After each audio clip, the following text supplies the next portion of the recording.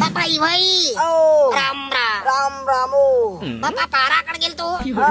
देवीचा फार मोठा टेज व्हायला हा. नवरात्रामध्ये कसं मत गमते नाही का हो साजरं मध मध गमती. बापू जरासं घराकडे लक्ष ठेवा, मी देवीकडे चाललो. बाबा इकडे रे, इकडे. का काय होय हो, बोला काय होय.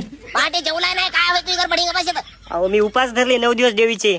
आणि ते चपल्या दिसना झाल्या पायामध्ये. चपल्या सोडल्या आणि उपासही धरले दोन्ही टाइमचे. हा दोन्ही केलं का मात्र एवढं करायचे काय गरज आहे रे तुला बापा युवाई पोरग चांगलं देवा धर्माचं करायला तर करू द्या ना त्याला. बाबा युवाई ते अहो. चापलेपणाच्या गोष्टी माया पुढे करत राहू नका ते 9 दिवसाचे उपास आणि चपल्या सोडण्याला काय देव पावत नसते बापा मग काय चुकायला हो त्याचं चांगलंच करायला की पोरग.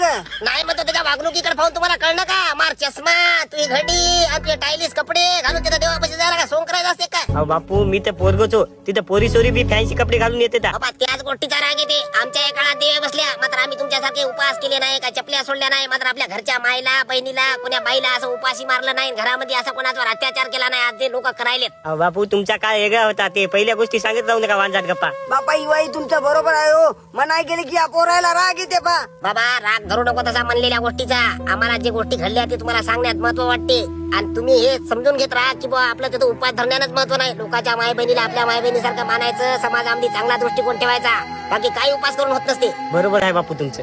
मी यापुढे तुम्हाला एक वचन देतो, आपल्या परिवारामध्ये कोणालाच उपाशी ठेवणार नाही आणि समाजात कोणत्याही स्त्रीला वाईट नजरेनं पाहणार नाही. हेच माझा नवरात्रीचा संकल्प आहे. शब्बा जशी आपली बहीण सुरक्षित राहा म्हणून प्रार्थना करता तसं दुसऱ्याच्या बहिणीच्या रूपात आपली बहीण पहा देवी तुम्हाला नक्की दर्शन देईल खरं आहे युवाई तुमचं. आपल्या जुन्या खोडाईनं अशा नवीन फुटणाऱ्या पालव्याला असंच वळण लावायला पाहिजे. हो बरोबर आहे तुमचं बाबा उपास कर मात्र तू या हिशोबाने चांगलं राह हो बापू आता मला चेक कळालं, म्हणजे चेक कानं उघडली.